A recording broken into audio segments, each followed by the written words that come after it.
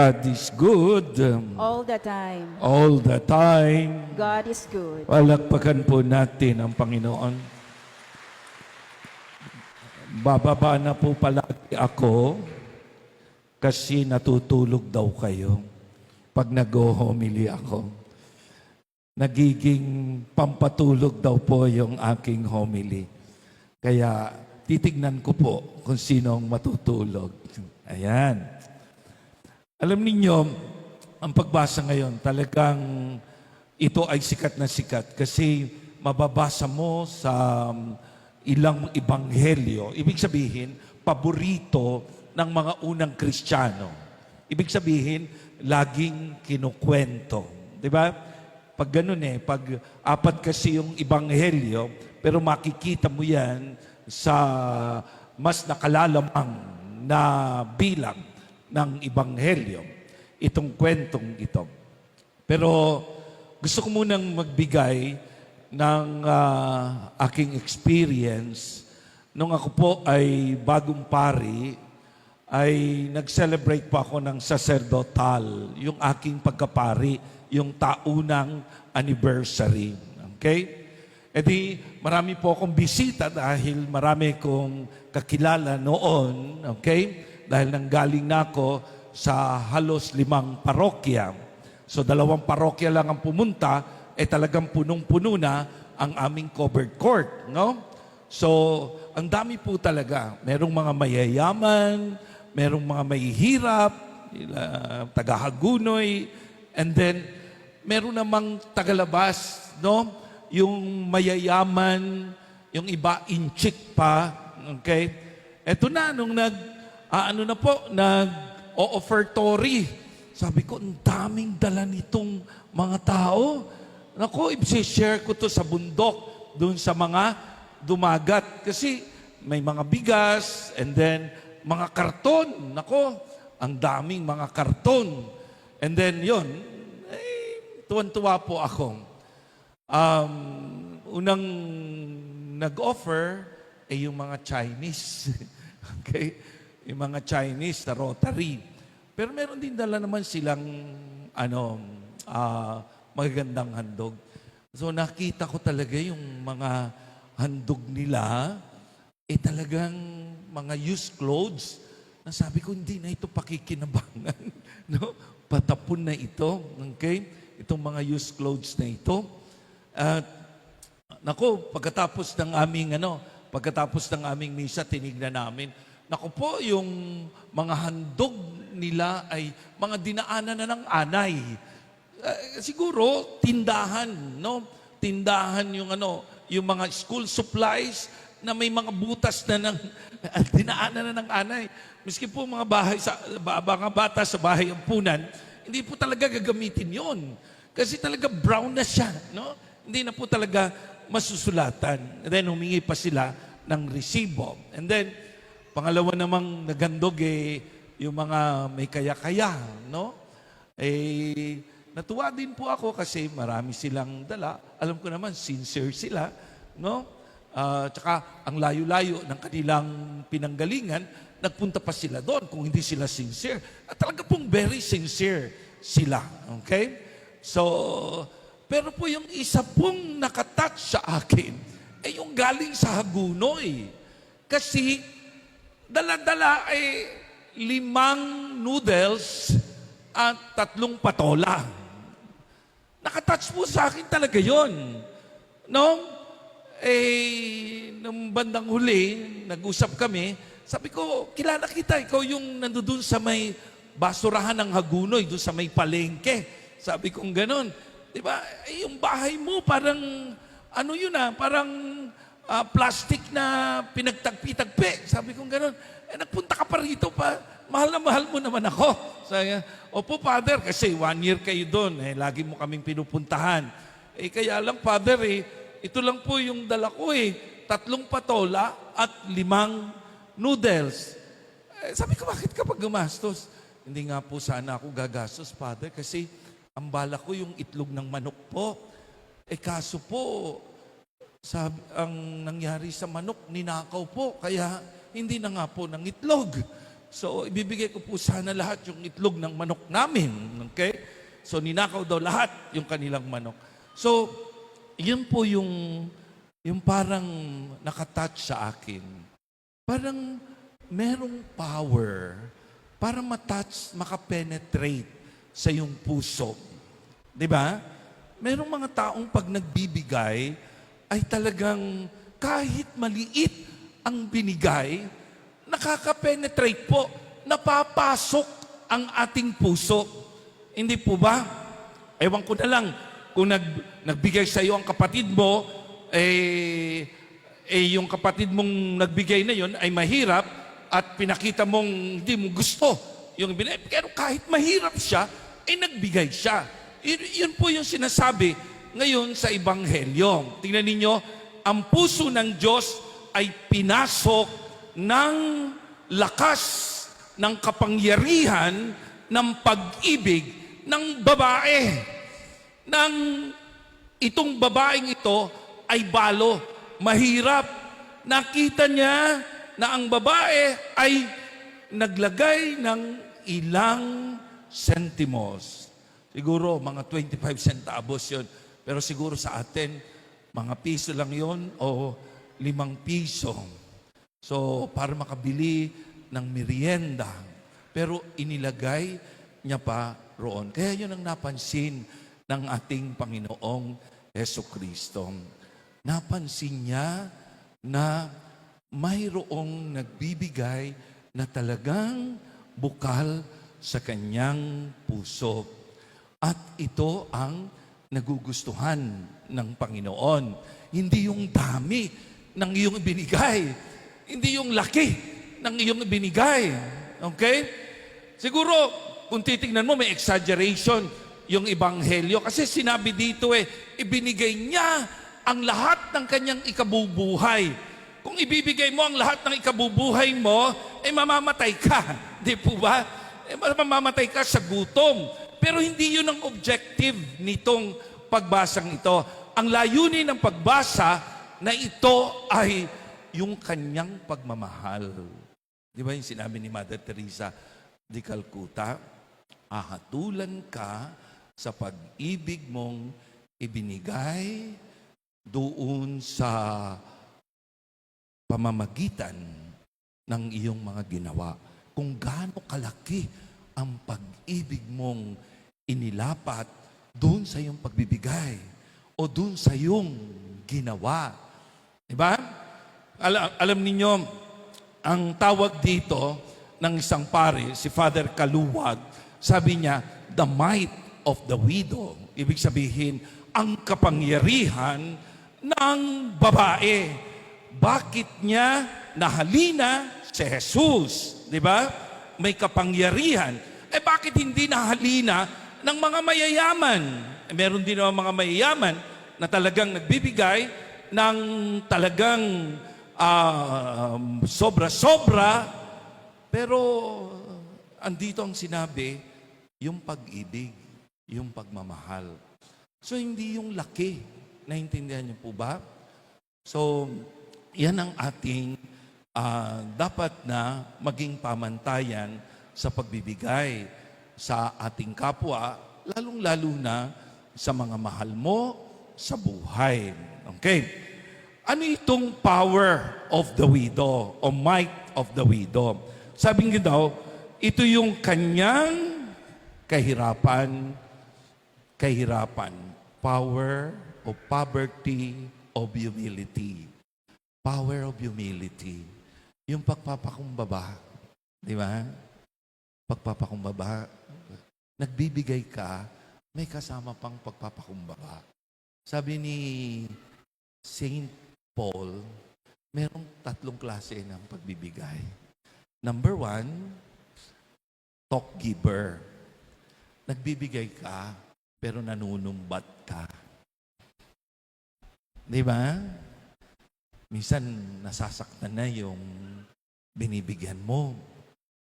Di ba? Yun.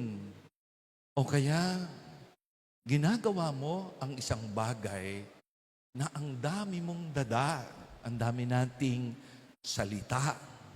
Di ba? Ako na naman na nagugas eh. Ako na naman. Oh, di ba? Pati yung paghuhugas ng pinggan, hindi ka generous. Paghuhugas lang ng pinggan. Di ba? Pinag-aawayan nyo pa yan.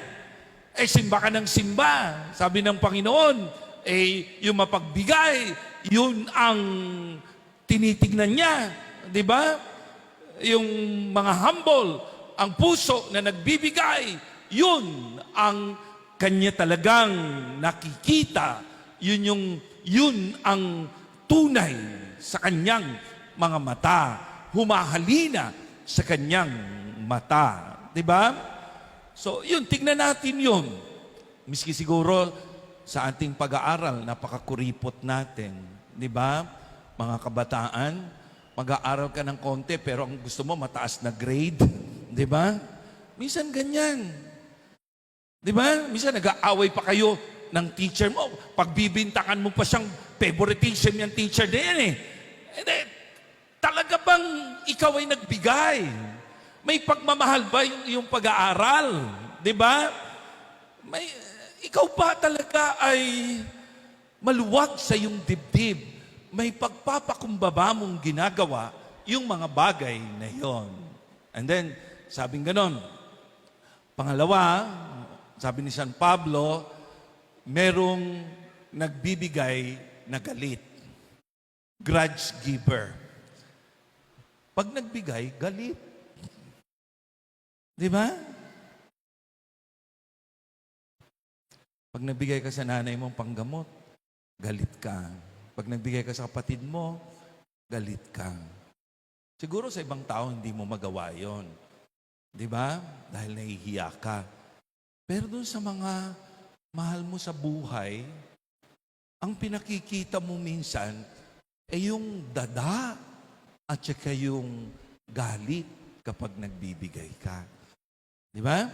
So tingnan mo yan sa iyong sarili. Di ba? So tingnan mo yan. And then pangatlo, sabi ni San Pablo, ito, cheerful giver, ang nagbibigay ng masaya. Di ba? Kapag nagbibigay ka ng masaya, eh yun ang tunay siguro. Pero sabing ganun giving is hurtful. Ang pagbibigay ay masakit. Ang tunay na nagbibigay ay talagang nasasaktan. Kasi yung para sa'yo, ibinibigay mo. Yun daw. Hindi yung sobra-sobra lang, kaya ka masaya na nagbibigay. Pero maganda rin yun, magbigay ka dahil sobra-sobra, pero galing ba yan sa iyong puso at masaya mong ibinibigay? So yung pamantayan, masaya mo bang ibinibigay yung iyong gustong ibigay?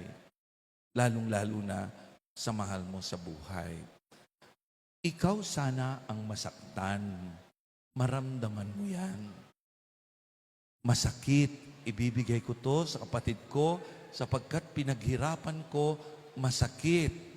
Pero hindi ko siya sasaktan kapag siya ay humihingi sa akin. So, yun po yung sinasabi ni San Pablo. Okay? Sabing ganon, blessed is the cheerful giver. Ibig sabihin, mapalad ang mga nagbibigay ng masaya. Okay? So, dito sa simbahan, masaya ba kayo nagbibigay? Ano po natin yan responsibilidad natin na tulungan ang simbahan.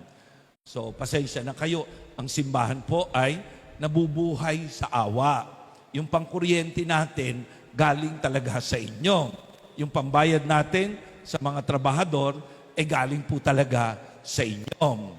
So kung hindi tayo magbibigay, alimbawa, kasi minsan nagkakaroon tayo ng solicitation, di po ba? Ayan na naman, sobre na naman. Hindi naman po katulad dito ng ibang relihiyon na kailangan na anuhin kayo, pilitin kayo ng 10%. Di ba? Yung iba namimilit ng 10%. Dito bukal lang talaga. Kaya lang ang tanong, bukal ba yan talaga sa loob mo? Kasi baka nahuli ka lang ng buslo, kaya ka nagbigay. O tingnan niyo po yan, ha? Tingnan niyo yung babae na sinasabi ni Jesus. Okay? Ibinigay niya ang lahat ng kanyang ikinabubuhay. Huwag niyong gagawin yun. Kasi hindi talaga pwede yun. Maghihirap kayo. O kaya lang, tingnan niyo po ba, ito po ba ay bunga ng pagmamahal? The power of love from you na galing talaga sa iyo, sa iyong puso. Ito ba ay bunga ng iyong attitude? Galing ba talaga sa puso mo na nagmamahal sa Diyos at nagmamahal sa simbahan? Hindi ko lang po sinasabi yung sa simbahan, pati yung sa ibang tao. Okay? Pati yung sa ibang tao. Alam niyo, minsan pag may collection dito, hindi ako makapaniwala, meron pang 25 centavos na naliligaw. Minsan meron pa hong 50 may kalabaw. Tapos minsan meron pang may butas. Sabi kong ganon, totoo talaga kayang ito ang pwede niyang ibigay? Nagtatanong tayo. No? Gaano ko kaya kamahal ang Diyos? Sabi ganon, walang mahirap o walang tao na hindi pwedeng magbigay. Ang pamantayan lang, bukal ba yan sa ating puso? Dala ba yan ang ating pag-ibig? Kaya tayo nagbibigay. Pangalawang power, power of focus. Ano ibig sabihin ng power of focus? Tingnan mo yung babae, nakapokus siya sa Diyos. Hindi siya nakapokus sa sasabihin ng iba. Merong ibang nagbibigay, Father, lagay mo yung pangalan ko dyan. Doon ang focus niya. Father, isabihin mo naman yung pangalan ko. Minsan may nagalit po sa akin. Father, bakit hindi mo naman nabanggit yung pangalan ko? O, tingnan ninyo, nasaan ang focus mo? The power of focus. Di ba? Ano ba ang dahilan ng giving? Di ba? Makatulong, makapagligtas. Di ba? Ang dahilan ng giving ay gusto ko siyang iligtas kasi mahal ko siya. Gusto kong tumulong sa simbahan kasi mahal ko ang simbahan. Alam niyo yung nanay ko, alam niyo, siyam kaming magkakapatid, 42 years old nung namatay yung father ko. Yung mga kapatid ko, lahat napupuntahan niya, nagkahiwa-hiwalay kami. Kasi nagtrabaho siya. So, pinahiram niya muna sa mga kapatid ko. So, para kami mabuhay. Kasi ang liliit namin no? Pero ako, malaki na ako. Pinupuntahan niya pa rin ako. Pinaglalaban niya pa rin ako. Naglalaban na ako ng damit ko, pero pinaglalaban niya pa rin ako. Pinagluluto niya pa rin ako. Sabi ko, itong nanay ko kakaiba. Ang dami niyang anak, siyam yung kanyang anak, pero talaga, hindi pa ako nakakalimutan. Ang isang kinagusto ko sa kanya, yung mga picture ko, laging nasa bag niya, no? Talagang mahal ako ng mother ko, okay? Mahal na mahal ako ng nanay ko. At nakikita ko yon sa kanyang paglalaban ng mga damit ko, paglilinis ng bahay, kasi nag-aaral ako. May kita mo talaga yung pagmamahal ng isang ina. Nakapokus siya. Di ba? Ikaw, saan ka nakapokus? Sa barkada mo? Sa girlfriend mo? Saan ka nakapokus? Di ba? Yun ang itanong natin. Yung might of focusing. Yung power of focusing sa pamilya. Di ba? So, minsan, nakakalungkot. Di ba? Nakakalungkot. Pag ikaw ay nakikita ng iyong nanay, dala-dala mo pa yung bag ng girlfriend mo. Di ba? Minsan pinapayungan mo pa yung nanay mo, ay yung girlfriend mo, hindi yung nanay mo. O, pati yung nanay ng girlfriend mo, kabait-bait mo doon. Di ba? Oh, parang napakabait mo. Pero pagdating sa bahay, ang kunat-kunat mo, ang kuri-kuripot mo, hindi ka nakapokus. Pakitang tao ang tawag doon. Yung sasabihin na ang gusto mong i-please, yun lang ang mahalaga sa'yo. Pero love ay iba. Ang pag-ibig ay iba. Ang pag-ibig ay masakripisyo. Ang pag-ibig ay tunay na nagmamahal talaga. And then sabi ganon, the power of simplicity. Ang nakakuha ng attention kay Jesus, dun sa babaeng yon, yung kasimplihan ng babae. Hindi yung napakayabang pag nagbigay. Di ba? Ang yabang-yabang natin minsan. Di ba? And then sumunod, the power of surrendering to God. Yung nagso-surrender ka sa Panginoon. Panginoon, ito lang talaga ang kaya ko.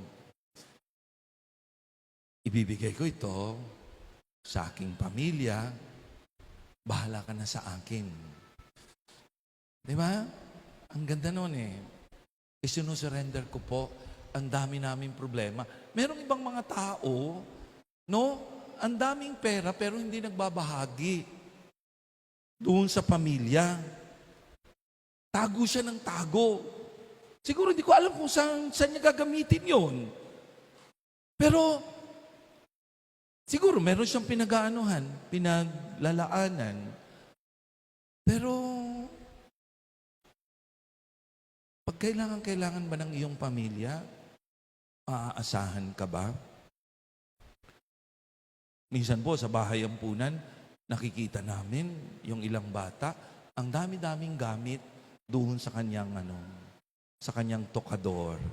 Ang dami-daming gamit, ang dami-daming pera. Minsan ay nanakaw na lang ng kapwa niya bata. Meron mga tao talagang hindi marunong mag-surrender ng kanilang sarili. Ibig sabihin, hindi marunong magtiwala sa Diyos. Na pwede ko itong ibahagi, no? Pwede ko itong itulong. At kung walang-wala na talaga, Lord, isinusurrender ko ang aking buhay sa iyo. Hindi ko naman sinabing waldasin mo ang lahat mong pera, kundi ang sinasabi ko sa iyo, marunong ka ring magtiwala sa Diyos, sa ikabubuti ng iyong pamilya. Meron nga po akong kapatid, sabi ng kapatid ko, Roger, nung buhay pa siya, ano mangyayari niya sa'yo? Wala ka man lang naiipon. Sabi niya gano'n.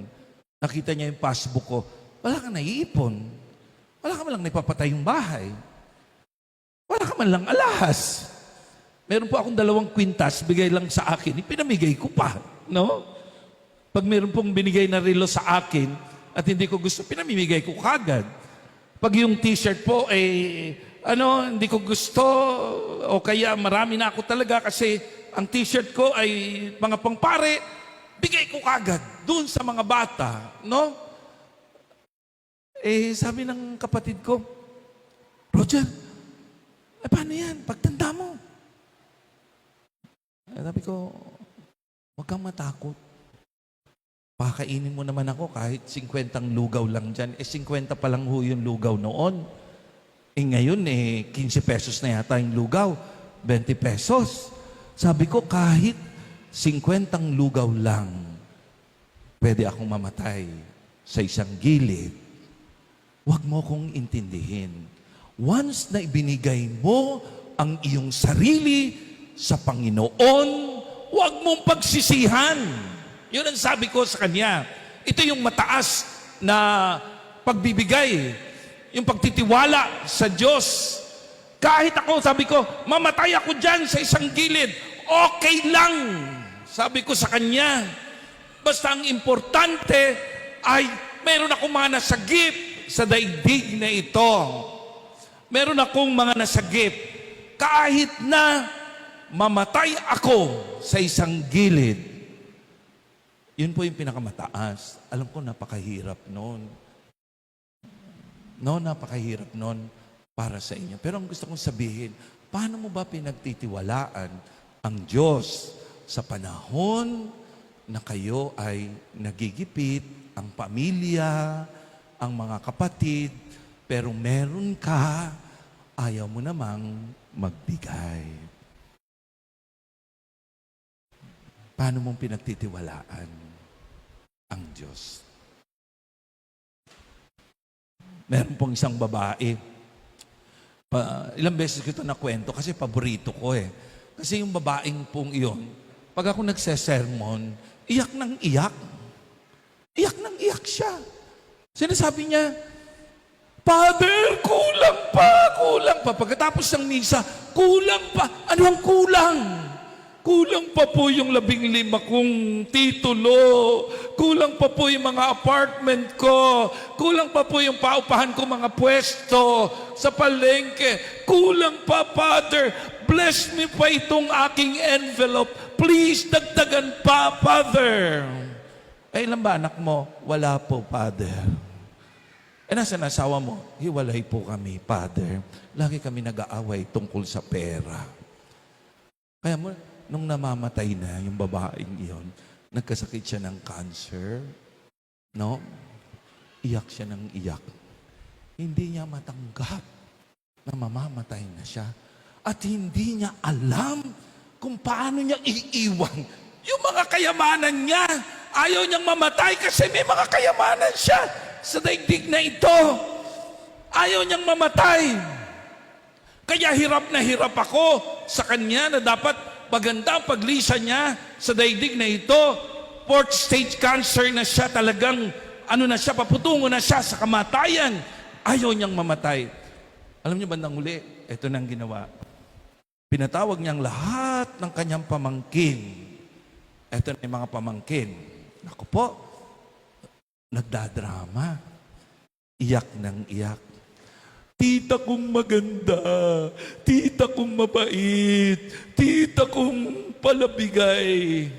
Pero nung pag nasa labas na yung bata, yung dalagita, nagtatawanan sila, magkano binigay sa'yo? Magkano binigay sa'yo? Naku po. Ayun, napaka ng kanyang kamatayan. Pag matakaw ka sa pera, kuripot ka, tandaan mo, sawing palad ka sa daigdig na ito. Hindi ka pwedeng kumapit doon. Ang kapitan mo ay yung pagmamahal ng kapwa mo tao. Kapag meron ka, maraming magmamahal sa'yo. Diba? Maraming magmamahal sa'yo. Eh yung mga mahihirap nga, maraming nagmamahal sa kapwa mahihirap kasi mababait sila. Kaya nga, relationship is very important. Kaya kay Jesus, nakabighani sa kanya ang kapangyarihan ng babaeng iyon. Ano yung kapangyarihan niya? Pag-ibig, pagtitiwala, pagiging simple. Kaya siya naging masaya. Kaya totoo yung sinabi ni Saint Paul, mapalad ang mga nagbibigay ng masaya, hindi nakasimamot. Hindi lang perang sinasabi ko rito, ha?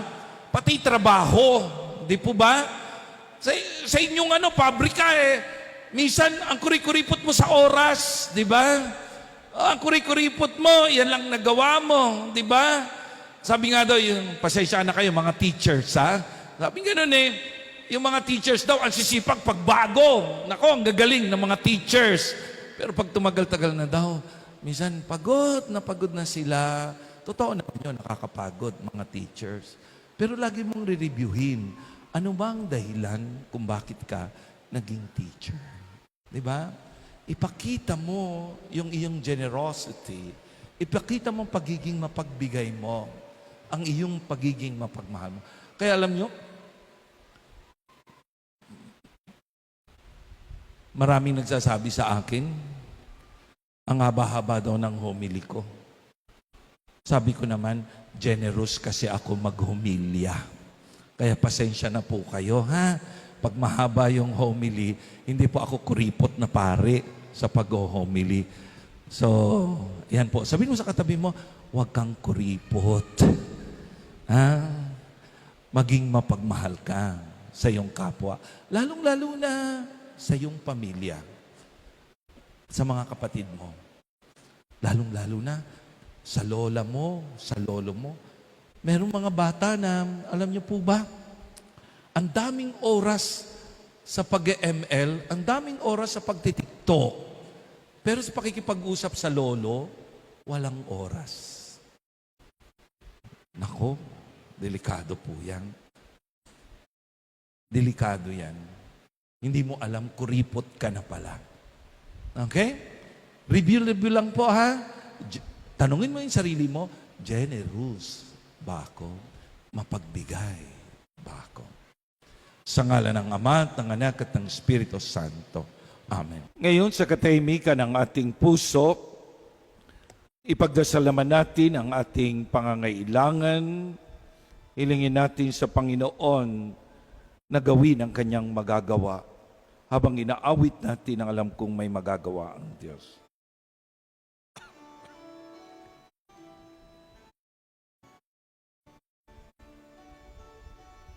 Alam kong may magagawa ang Diyos.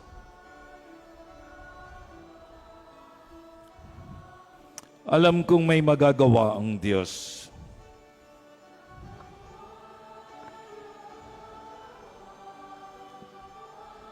Kung ako'y magtatapat sa Kanya'y maglilingkod.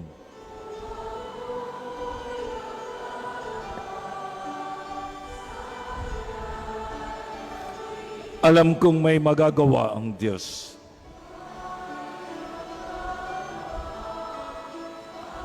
Itaas natin ang ating mga kamay. Alam kong diringgin ng Diyos ang samo ko.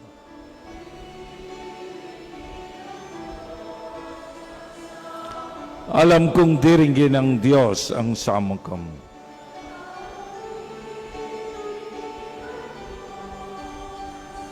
Kung ako'y magtatapat sa Kanya'y maglilingkod,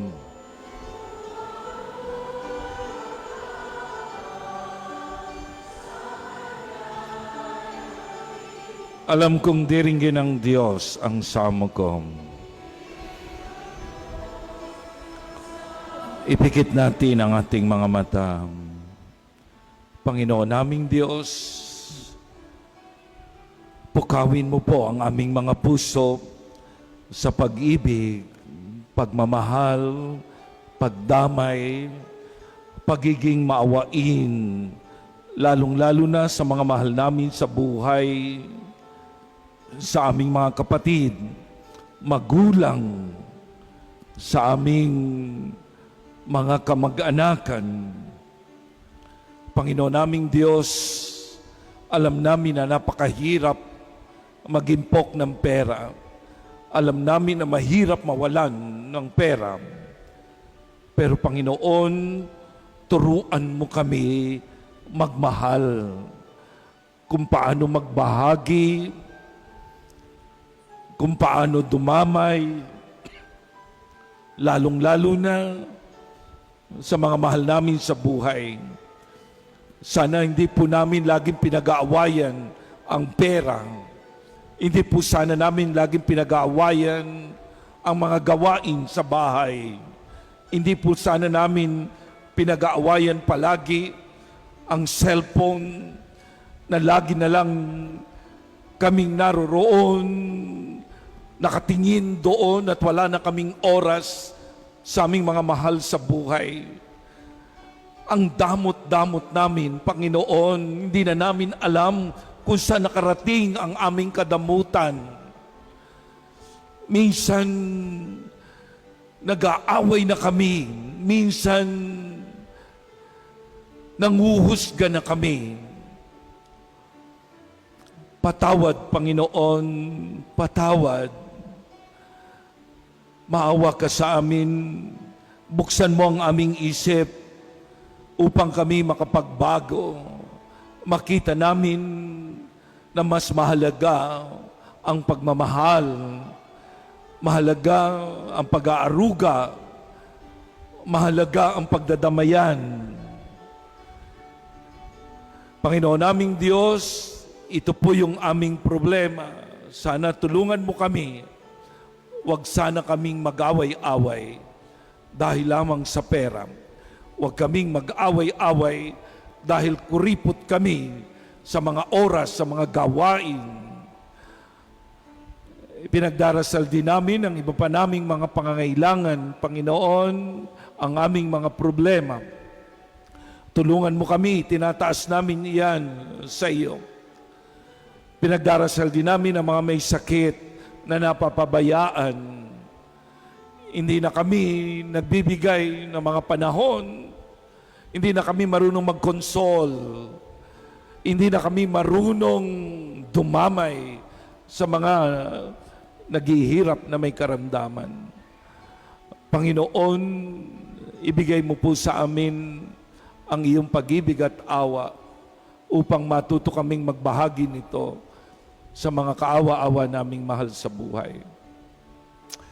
Basbasan mo kaming lahat, Panginoon, tulungan mo kami.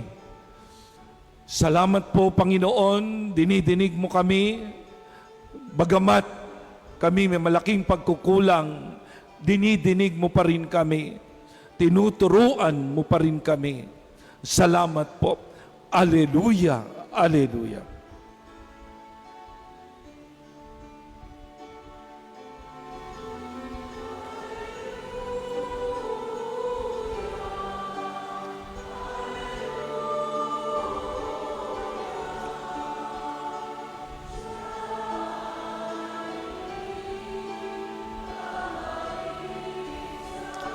Aleluya, aleluya.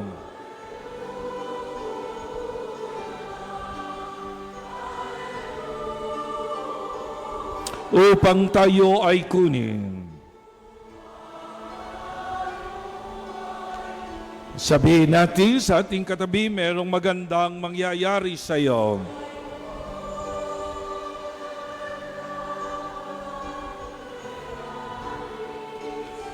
Kung lalapit ka kay Jesus,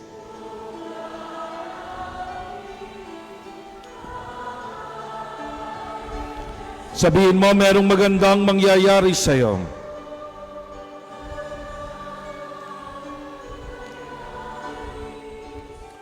Kung lalapit ka kay Jesus,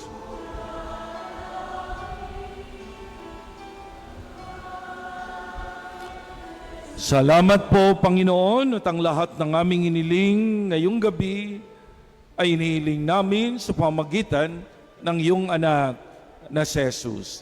Amen. Purihin natin ang Panginoon.